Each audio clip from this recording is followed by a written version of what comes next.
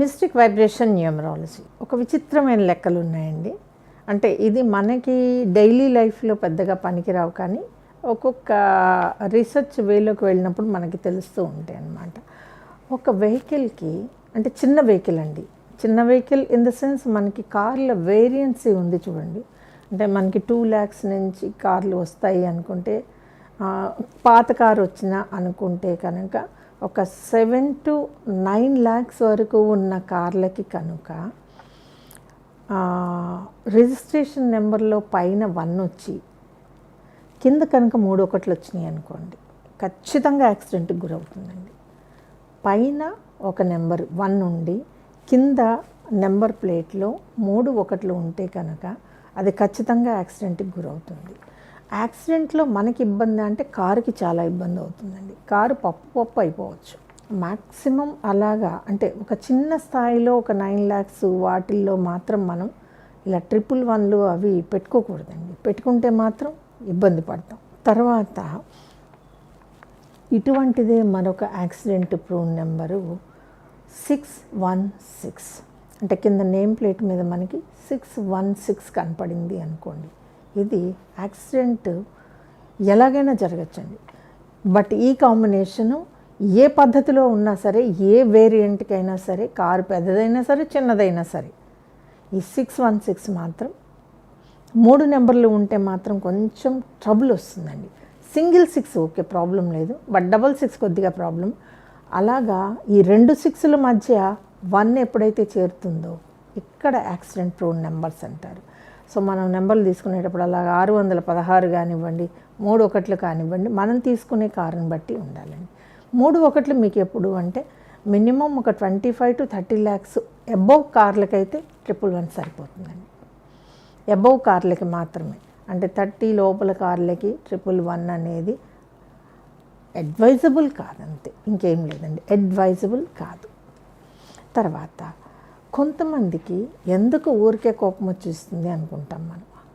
అలాగా hot temper, short temper, ఇవి కొన్ని నెంబర్స్ ప్రమేయం వల్ల కలుస్తాయండి. ఇవి ఎలాగా అంటే మీకు ఇయర్లో కాకుండా మంత్లోనూ డేట్లోనూ 2 సార్లు ఒకటి రిపీట్ అయిందనుకోండి, మీరు అగ్రెసివ్. ఎందుకు కోపం వస్తుందో తెలియదండి, మీరు అగ్రెసివ్ అంతే, సింపుల్.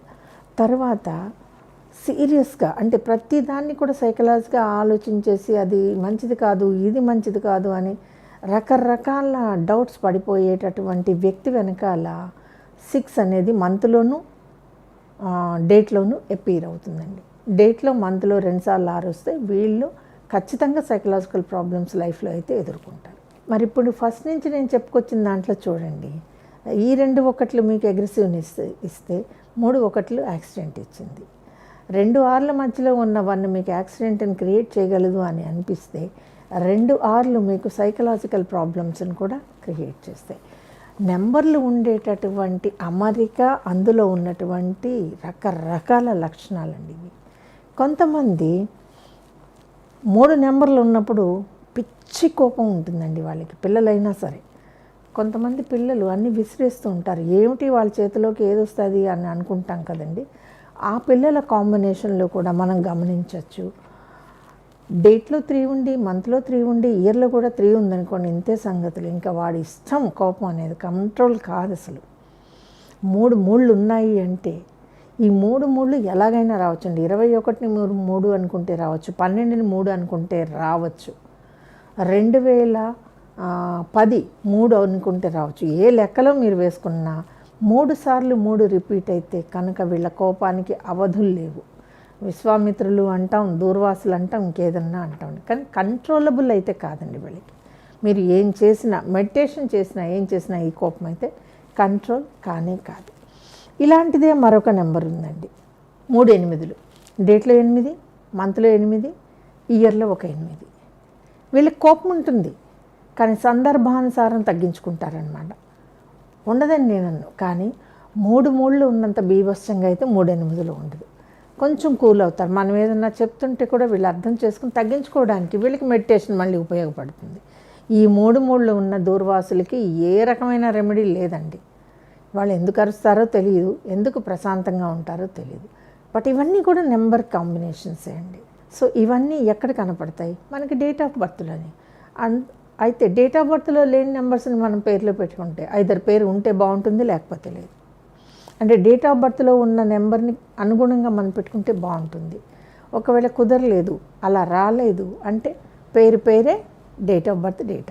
ఈ వీడియో కనుక మీకు నచ్చినట్లయితే లైక్ చేయండి, షేర్ చేయండి, మా ఛానల్ని సబ్స్క్రైబ్ చేయండి.